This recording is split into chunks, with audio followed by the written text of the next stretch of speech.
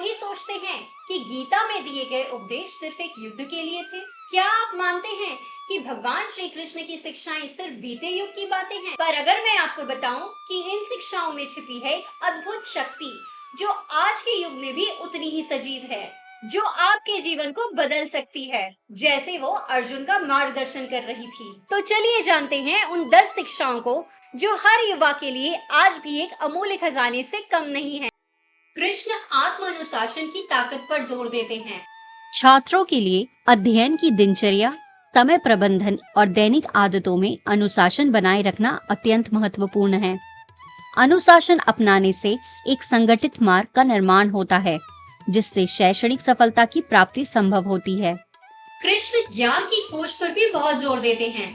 ये व्यापक शिक्षा की वकालत करते हैं, जिससे छात्र समाज में सार्थक योगदान दे सकें। गहराई और व्यापकता से सीखने के द्वारा छात्र ज्ञान की परिवर्तनकारी शक्ति का उपयोग कर सकते हैं। कृष्ण की एक मुख्य शिक्षा ये भी है कि वर्तमान क्षण पर ध्यान केंद्रित किया जाए।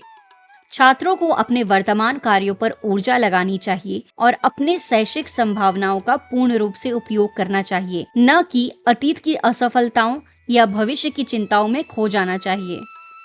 कृष्ण हमेशा से कर्म के परिणामों से अलग रहने की शिक्षा देते हैं। आप कर्म करो, फल की चिंता ना करो।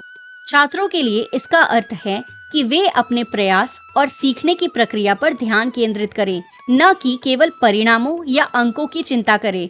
यह दृष्टिकोण एक स्वस्थ और संतोषजनक शैक्षिक अनुभव को प्रोत्साहित करता है।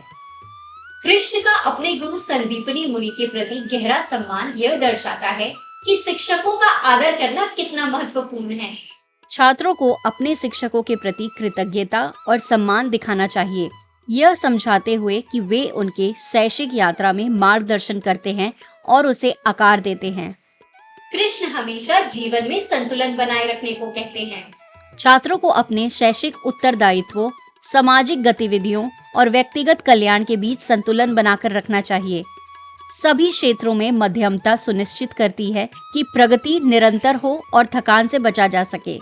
कृष्ण की शिक्षाएं दया और सहानुभूति पर भी बल देती है। छात्रों को अपने सहपाठियों और व्यापक समुदाय के साथ करुणा और समझदारी विकसित करनी चाहिए, जिससे एक सहयोगात्मक और समर्थनकारी वातावरण का निर्माण हो सके। छात्रों को अपने शैक्षणिक जिम्मेदारियों को समझकर उत्कृष्टता की ओर प्रयास करना चाहिए, यह मानते हुए कि उनके प्रयास उनके समग्र विकास और सफलता में योगदान करते हैं।